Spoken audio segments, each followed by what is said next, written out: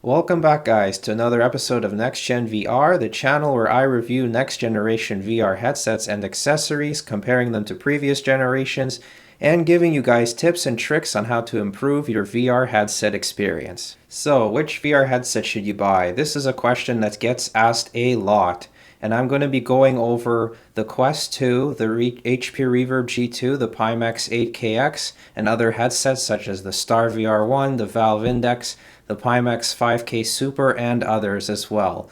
So I will be comparing the headsets and telling you guys which one I think is best, depending on your needs. So let's jump into the next generation.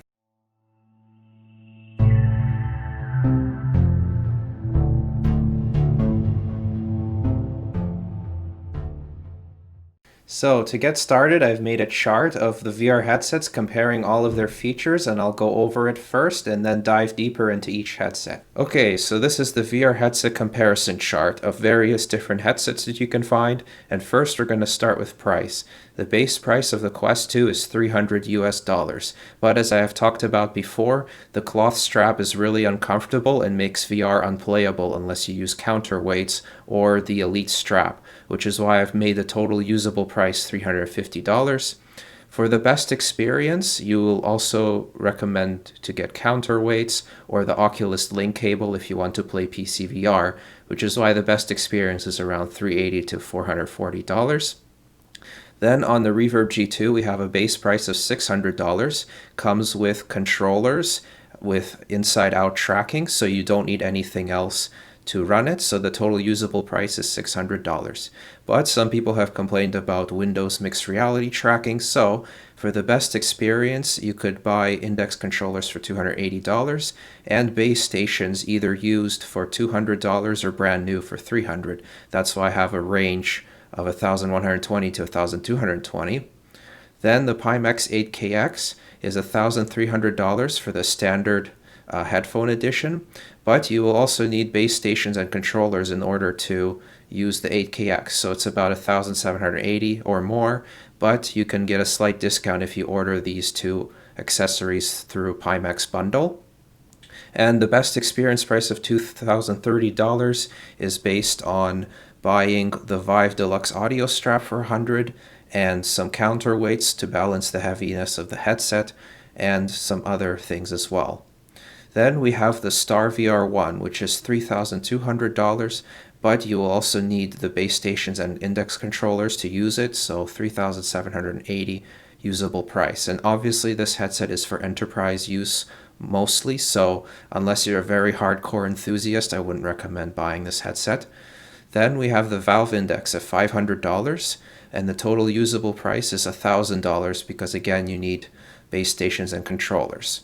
And the best experience on the Index, you don't really need to add anything unless you want to put some counterweights or something.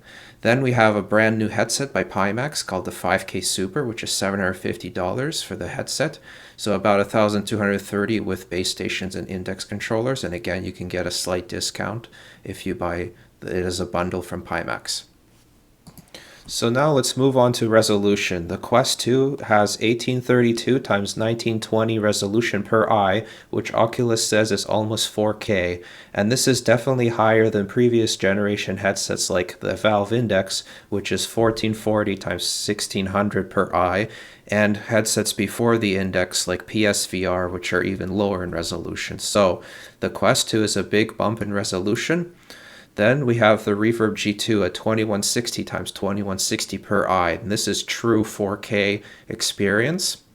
Then we have 8KX at 3840 x 2160 per eye, and this is because the panels are much wider with a wide field of view of 160 degrees, and the 3840 pixel width allows the pixels to fill the entire lens without having any stretching or anything going on. So the sharpness difference between the G2 and the 8KX is not that big of a difference between them. Then we have the StarVR One at 1830 x 1464 pixels per eye. And while that may seem bigger than the Index's per eye resolution, keep in mind that the StarVR is about 12 degrees bigger than Pimax in field of view. So imagine 1830 times 1464 spread out over the entire display. So you can see that the StarVR, in my experience, has been way below the resolution of the Index and not even up to standard to, let's say, Samsung Odyssey Plus or other old generation headsets. So the resolution is way too low for the size of the panels. And then we have the 5K Super, which is 2560 times 1440, which is pretty decent resolution. That's 1440p. So the 5K Super would be an upgrade over the Valve Index with a wider field of view. Now let's go over the field of view. So the Quest 2 has 90 degrees horizontal and 112 degrees vertical. And while the Quest 2 has slightly lower field of view than the Reverb G2, when you do the Reverb G2's FOV mod that I've described, I get about 98 degrees horizontal and 110 vertical. So with the mod, the G2 is much bigger in FOV, and keep in mind I've tried to increase the FOV of the Quest 2, and unfortunately your eyes are already as close to the lenses with an undistorted picture as possible. Then we have the Pimax 8KX with 160 degrees horizontal and 124 degrees vertical, and this is on the largest FOV mode. Then the StarVR One I measured at 172 degrees horizontal and 128 vertical. I no longer have the headset with me. I sold it many months ago. Then the Valve Index is about 108 horizontal and 130 vertical, and personally I find that the G2 and the Valve Index FOV is similar, but obviously slightly larger on the Valve Index. And then we have the Pimax 5K Super, which has the same field of view as a Pimax 8KX. Now on to refresh rates. So we have 90 Hz for the Quest 2 after the new update, and it works perfectly using the Oculus Link cable, and games that are standalone are also being upgraded. Then we have the G2 running natively at 90 Hz. And then the Pimax 8KX is 75 Hz in native resolution mode, but there's also an upscaled mode that lets you play at 90 Hz or 114 Hz, and I've heard they're going to up it to 120 Hz or more eventually. But the upscaled mode is going to be much lower resolution because it's taking 1440p image and scaling it up to 4K. Native resolution will always look better, but at 75 Hz, the 8KX feels perfectly smooth to me and I have no issues playing. It feels like almost like 90 Hz in other headsets. Then the StarVR One is also max of 90 Hz, the Valve Index 144 Hz, and the Pimax 5K Super breaks record at 180 Hz. And then you might have to use lower field of view for that mode, so 160 Hz if you plan to use the full FOV of 160 degrees. So now let's go over the comfort. I have to say that with the default cloth strap, the Quest 2 is a 4 out of 10 in comfort. So it's very front heavy. It's a health risk where your neck will feel strenuous after a while, so it's definitely not something I recommend. So once you add some counterweights at a bare minimum, you get 7 out of 10 in comfort, where it feels nicer to wear the headset. Then for the Reverb G2, I rate it as 9 out of 10. The headset is very light, and you don't really need any counterweights for it to feel nice on your head. The back of the strap feels sturdy and comfortable, and while I would have preferred a knob, the side strap adjustment is not too bad. And then we have the Pimax 8KX. By default, I would say 6 out of 10 because first off, it's a little bit front heavy, and you can sometimes feel it pressing on your nose a bit. And so you would need some counterweights to get it to 9 out of 10. And also by default, the head strap feels a little bit unstable unless you tighten it. So the counterweights allow you to use it without having to tighten the headset as much. Then we have the StarVR. I would rate as 8 out of 10. It was made as a super light headset, but it wasn't quite perfect. And then the Valve Index I would rate as 7 out of 10. It still needs counterweights in order to feel comfortable. So the Reverb G2 for me felt much lighter than the Valve Index. And obviously I've never had a 5K Super, so it's currently unknown for comfort. So now let's go over the contrast, colors, and brightness. How would I rate this on each headset? Well, for Quest 2, I give it a 7 out of 10. It's much better than the Valve Index, which I rate as 5.5 out of 10. because it's a little bit brighter and the contrast is better, but blacks still look a bit gray, but not as gray as on the Valve Index. So the Quest 2 wins against that headset. And then the Reverb G2 I would rate as 9 out of 10 because the contrast colors and brightness are perfect on this headset. It looks really good. The blacks are much better. And then on the Pimax 8KX, after the recent brightness firmware and the fact that the Pimax fixed the ghosting issue, I would rate it as 8 out of 10. It comes pretty damn close to the Reverb G2, and they've recently offered a color calibration tool, so it makes it easier to get the colors looking the way you want. And also they've improved their user friendliness and software constantly. The StarVR One I would rate as 10 out of 10. This has the best out of all the options, and that's due to the OLED display with custom designed lenses for VR. And again, the index looks a bit washed out in these three areas. And obviously the 5K Super is still unknown. So now let's go over the sweet spot. I would say that it looks perfect on the Quest 2. I can see everything clearly and easily inside the headset. There's no blurring effect when I'm turning my head, so it's just right. The Reverb G2 sweet spot is pretty good when you do the FOV mod, where I'm able to see more without maybe some slight blurring effect going on in the periphery when turning my head, but it's pretty close to the Quest 2. The sweet spot for 8KX is okay. It's usable, but it definitely could be better. It seems that there's a blurry part that goes out into the periphery, and you have to get it perfectly aligned. Otherwise, if it's off, you won't get the clearest visuals. And for some people, this makes the headset kind of harder to get used to, which is what I'll go over later, optical imperfections.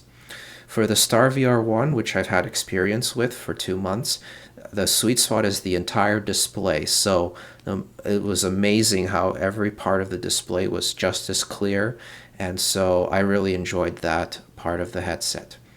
The Valve Index sweet spot is perfect. Everything is easy to look at inside, and the clarity is top notch, just like the clarity of the G2. So now onto screen door effect. I would say it's minimal on the Quest 2, where you can still see a very fine black grid, but you'd have to look really hard for it, and it's going to be essentially gone for most people. You have to have an eye for it. Then for the G2, the screen door is fully gone. You can't really see it, even on bright colors like white. The 8KX, it's gone, but you can still see a very faint grid on white and in some bright scenes. But it's very rare, and so I would say that the G2 and 8KX have similar screen door effect. Then the StarVR I would say is minimal, just like the Quest 2, where it's practically gone, but you can still notice it if you really look hard for it. The screen door on the Valve Index is definitely noticeable and distracting at times, so I would recommend other headsets than the Valve Index for that. Now for tracking, I would say it's 9 out of 10 for the Quest 2. The tracking is perfect, but obviously base station tracking is going to be the best. Then the Reverb G2, I would say it's 6 out of 10 with the Windows Mixed Reality controllers, but I haven't spent much time with this, and it all depends on the lighting of your room. So I will be making a future video doing more tests with WMR tracking and letting you guys know how to get the best experience. And if you add index controllers mod, then you can get the tracking to be perfect, 10 out of 10. The Pimax 8KX uses base station tracking, so the StarVR and the Valve Index, which is why they're all rated 10 out of 10, and same with the 5K Super. Now onto audio. I would say it's 6 out of 10 for the Quest. It's okay, but it's not really immersive in 3D as I would like it to be. And this is similar to the audio on the 8KX standard version, where it's not the most immersive sound.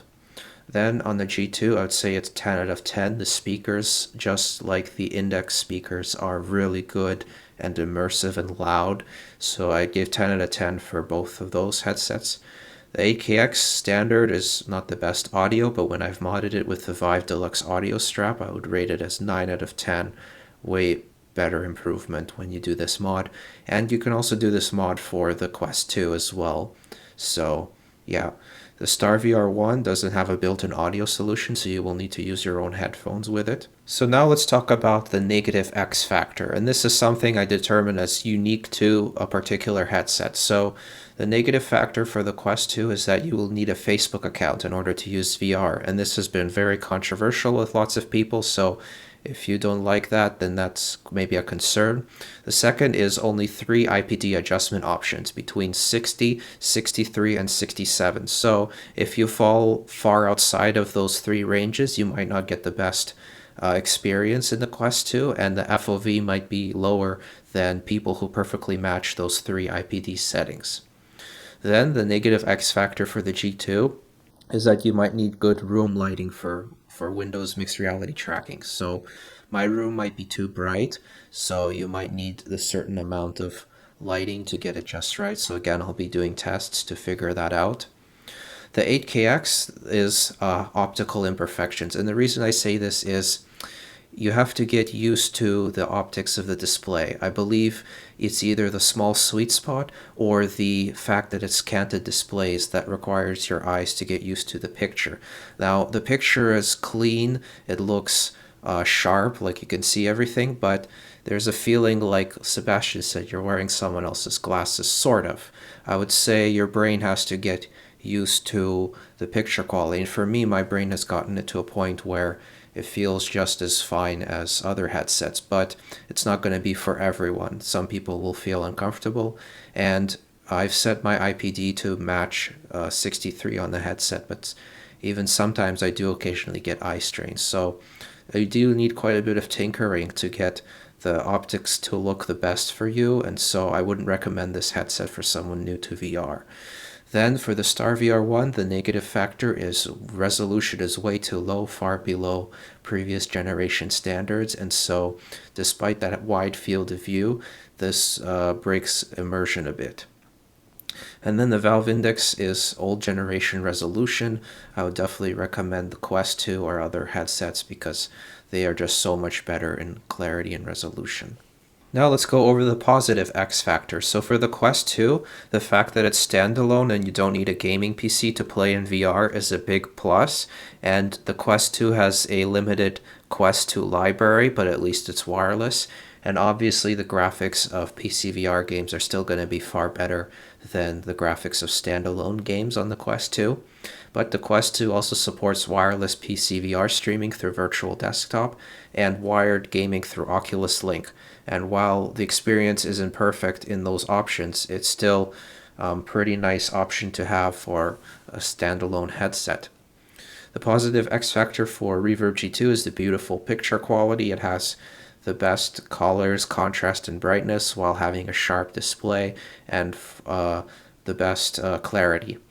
For the 8KX, it's the huge immersive field of view. I feel much more immersed in that headset, despite the Reverb G2 having higher clarity. So I do like the 8KX for a lot of my experiences because it feels like I'm actually there compared to the G2 as FOV.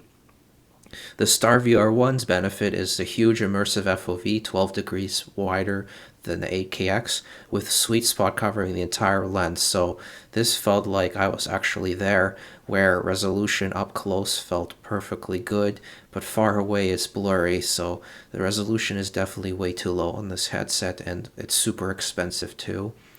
The Valve Index X factor is high refresh rate, so if you're somebody who really wants the highest, then that's something, but the 5K Super beats that with super high refresh rate. So I will tell you guys personally that I sold my Valve Index after getting an 8KX, and that's because I found 75 Hz to be perfectly smooth. And while I did notice the difference in 144 Hz in, let's say, Pavlov, where it felt smoother, it's a very subtle difference between 90 and 144 Hz, and you have to really notice it. And so I was willing to sacrifice high refresh rate for that much better picture quality and FOV of the 8KX. So now for people who are beginners to VR, I would say that I would recommend the Quest 2, the Reverb G2, the Valve Index, and maybe the 5K Super, and I would not recommend the Pimax 8KX or StarVR One. So the reason I wouldn't recommend the 8KX for beginners is that VR can induce motion sickness, and you need to grow your VR legs. You need to get used to being in VR, the VR environment and the optics. And so I spent many months using Valve Index, using the Quest 1, the Samsung Odyssey Plus. So I have very strong VR legs. I don't get any motion sickness. My brain can adapt to any picture in VR. So with the Pimax 8KX, I was able to easily adjust on the fly with the optical imperfections. So beginners definitely would struggle more with that. And obviously, user friendliness is higher on the Quest 2 and G2. So I would recommend those headsets over the 8KX for your very first headset at least. At least spend some time with those headsets before trying an 8KX. And I will explain in more detail soon how to get the best experience out of each of these headsets. So I hope that comparison chart was helpful for you guys, and I'll provide a link in the description below so you can take a look at it later as well. And so now I'm going to talk about more in detail of each three headsets, how to get the best experience out of each. So for the Quest 2, again, the cloth strap is pretty uncomfortable, so you'll need an Elite strap or counterweights at the bare minimum to get the best experience. But aside from that, it's very user-friendly. You can just start it up and follow all the setup instructions, and you can learn pretty quickly. The learning curve is quite low. So that's pretty much what you need to know for the Quest 2. For the Reverb G2, this headset requires slightly more involved. You have a bit more cables to plug into your PC and a power adapter to plug in to the wall. And so you also have a face gasket that might be too narrow for some people's faces. So for some percentage of people, you will feel pressing in your temples, and the field of view will be much smaller than it could be. So if you do my FOV mod, you should get much better comfort, and field of view will be way wider. I get about 94 degrees currently with my FOV mod using HTC Vive foam. And of course, tracking may not be the best, so you'll need to experiment with room lighting, and you will also have a Windows Mixed Reality interface, so you will need to start WMR application and then start Steam VR in order to play Steam VR games. So this is one layer that may be annoying to some people, and so it's a little bit more involved in the Quest 2, but really still quite simple to learn. So now let's talk about what you need to know for the Pimax 8KX. This is a more involved headset, but Pimax has come a long way since many months ago, where they've significantly improved the software. There's software called Pimax Experience that makes it much more user-friendly, where you can adjust individual settings for each game and then save them so that you don't need to change them every time you switch between games. So when you first put on the 8KX, don't expect the best experience out of the box.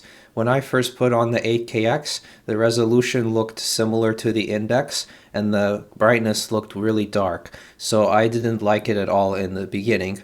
And so now I will describe what I did to improve it. So first, let's go over IPD and sweet spot. In order to get the best experience, you need to adjust the IPD slider to match your IPD, which in my case was 63. But for some people, that's still not enough, and they may need to reduce IPD to 2 or 3 below their current IPD. So if I have 63, I might need to do 61 or less in order to get the best experience, but for me 63 was fine. And so for people who have an IPD of 60, this headset doesn't go any lower than that, and you might need to do an extreme IPD mod, which I wouldn't recommend for beginners, definitely, if you have that low of an IPD. The second thing you'll need is to find the sweet spot, and once you find it, keep the headset exactly positioned there by tightening the top strap, by having counterweights in the back so that it doesn't press down on your face, it stays evenly balanced. And so you need to move the headset up and down, left and right, until you get the perfect picture.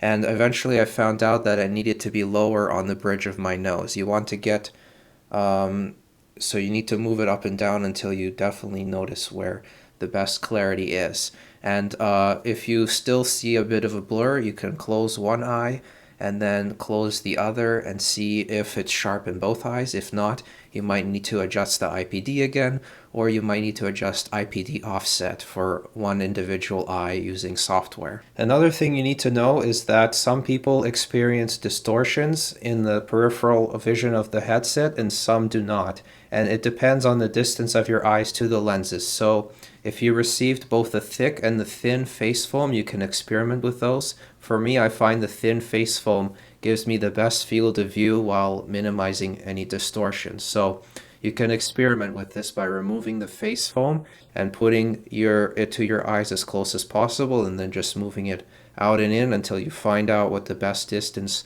for your eyes is. If it's too far from your eyes, you will start to see more of that distortion in the periphery that some people have noted. The next thing you need to know is that by default the resolution will not be the highest that the headset can actually run, and this is not Pimax's fault, this is SteamVR's fault.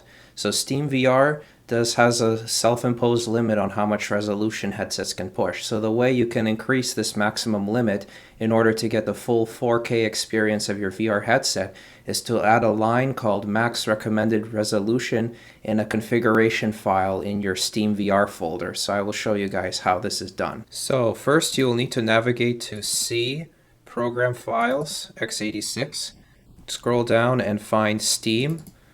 And then in Steam, open config folder, and under Steam you will see a steamvr.vr settings file. Right click on that and choose edit with notepad. Scroll down to where you see SteamVR, and you will need to add a line called max recommended resolution 16384, and this will be between last version notice date and mirror view eye. You place it there. Now luckily you don't need to do this anymore, so Pimax Experience will automatically set this value, line for you. So when you first start the headset, you will be presented with a Pimax VR Experience menu, and this is version 0.74 beta, and I'll provide a link in the description of my video to this. And you will need the latest Pi tool, which is version 0.087 version 2, and this is currently not available on the Pimax official download page, but it's currently on the forum, but they will make it official soon. So anyway, this Pimax Experience makes everything much more user-friendly on this headset, but you can also adjust settings within Pi tool itself. So first, you have a SteamVR menu where you can see all of your games, and if you select one of them, let's say Half-Life Alyx, you can add it to your favorites with this button. And these two settings below are important. So first is your settings profile. If you click the setting cog, you will see your options. So field of view, you can set it to large, medium, other options, potato. I like to set mine to large. Render quality is the native resolution. So 1.0 is default. This is 100% native resolution, but you can increase this or decrease this. Then parallel projection is disabled for this particular game. I will explain what parallel projection is a bit later. Hidden area mask improves performance in general, so I would always leave this enabled, and you don't need Vive compatibility mode. Now smart smoothing is a technology where the frame rate gets cut in half and it automatically tries to get you a stutter-free experience. I wouldn't recommend smart smoothing unless you're playing a game like DCS or Elite Dangerous, where games that struggle with frame rate, smart smoothing can help keep it smooth, including in like Star Wars Squadrons. Fixed foveated rendering, by default I left disabled. What this does is you can improve performance by changing it. So for example, conservative makes the middle of your view sharp, but lowers the resolution a bit in your peripheral vision.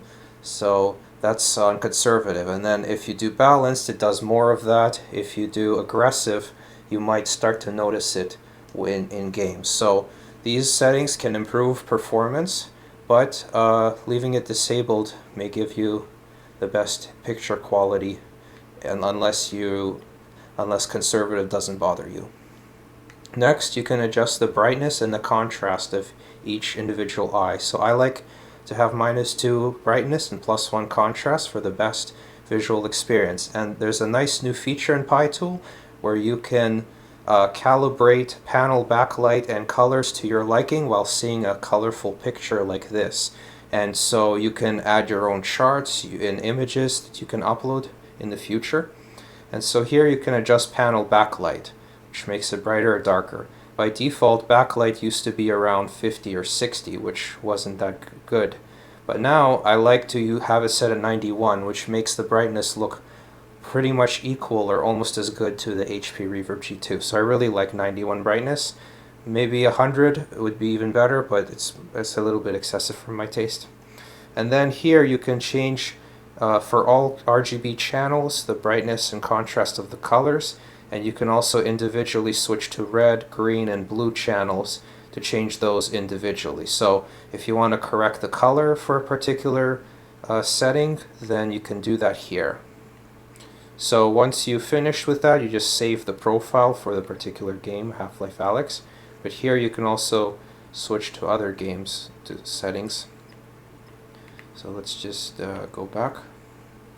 So that's pretty much it for that. So once you finish this, you can click Apply Settings to apply them to the globally.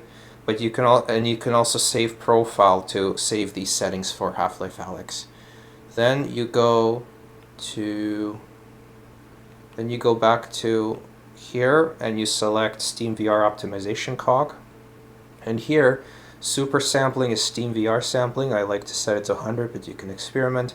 And this is the max recommended resolution line I showed you guys before. So 16384 is what I recommend, but you can change it to 14 or 12 or even 8192 is the minimum I'd recommend. So yeah. Then leave this on true and change GPU speed value to a minimum of 2500, which is currently the current set minimum. So then when you're done, save profile, and you can also restore previous settings here. So once you have saved both profiles, then you just click play, and this will play it in the settings you like. And here in the favorites tab, you can see the games you favorited. Here you can see Oculus library. Down below here you can change between basic and advanced. So in advanced you can go to advanced, and here here in show options, go to change it from here to advanced HMD settings. And here you can change from native 4K to upscaled mode, which will allow you to use higher refresh rates such as 90 Hertz or more. So first you would need to change the render mode. And then here you can also change the backlight and the IPD offset. So if you've adjusted IPD and something feels off in one eye, you can adjust it individually or together for your purposes. Now I need to change this back to default because here you can unlink the two options. So, okay, there we go. So yeah, and then the screen offset is you can change the height of the picture you see, so that's up to you. So yeah, that's pretty much it for SteamVR. This makes it much more user-friendly. There's also in the future going to be an IPD guide and other features. I've recommended to Pimax to create a setup wizard, just like you see on the Oculus Quest, where it would tell you how to adjust your IPD, how to shift your headset to find the sweet spot, all of that stuff. So they like that idea and they're working on it, so this software is constantly improving, and I would definitely recommend using it. So now I'm going to go over parallel projection and the purpose of it. First, I will say that most games don't require it, and so the way it works is on a regular VR headset such as the Valve Index, you have this small field of view and the game gets rendered in that field of view. But for really wide FOV headsets like Pimax, some games weren't designed for this wide field of view. And so in some games, what will happen is you will see the same image that you see on one eye imposed on the other eye. So it's like you're seeing double vision. And for these games, you will need to enable parallel projection. Another reason you might want to enable parallel projection is when you turn your head in games that get rid of objects outside of your peripheral vision too early, you will see objects popping in and out when you turn your head out of your peripheral vision. So the games that give you double vision and require parallel projection are Project Cars 2, Star Wars Squadrons, Aerofly Flight Sim, and Elite Dangerous, and some other games that use their own custom engine. So what parallel projection does is it takes the same image in one eye and it copies it over to the other eye. So it's rendering the same scene twice in order to make up for that double vision issue. So this has a huge performance hit on some games. So you don't want to have parallel projection enabled by default. If you open a game and you see double vision, just exit the game, enable it for that game, and then you'll be good to go. Now, I've found a solution for Half-Life Alyx that doesn't require parallel projection, so it'll save in performance for you guys. And I've also found a solution for most Unity games that lets me play without any object calling that occurs in the periphery, such as in Boneworks, Blade and Sorcery, etc. So this is the line you will need to use for Half-Life Alyx, and you will copy and paste this into your launch options. So all you need to do is right-click on Half-Life Alyx, select Properties, and then in the menu that opens, you select Set Launch Options, and then you just paste the line into there, hit OK, close it, and then press play. And that's it. You won't need to use parallel projection, so you'll probably save on performance for the 8KX and other wide FOV headsets. Now, in order to fix calling for Unity-based games without needing to enable parallel projection, I have made a Unity calling fix mod solution. So what this does is it uses Melon Loader, which is a Unity modding software. So you can go to melonwiki.xyz and then click Get Started, and you download the installer. You open the game that you want to install Melon Loader on and just follow the instructions there. I'll have a link in the description below for this. So basically everything you need to know about it is here, but what it does is it fixes the calling so that it correctly calculates when objects go out of your peripheral vision for wide FOV headsets like Pimax. So using this calling fix mod for Unity games like Boneworks, like Pistol Whip, The Room, Blade and Sorcery, and other games, you can fix the calling with no performance hit at all. Whereas if you just enable parallel projection, you will notice quite a performance hit in these games. So I have different DLL files for the types of Unity games, so just read the instructions for how to use this. So thanks for watching, guys. I hope you enjoyed this video.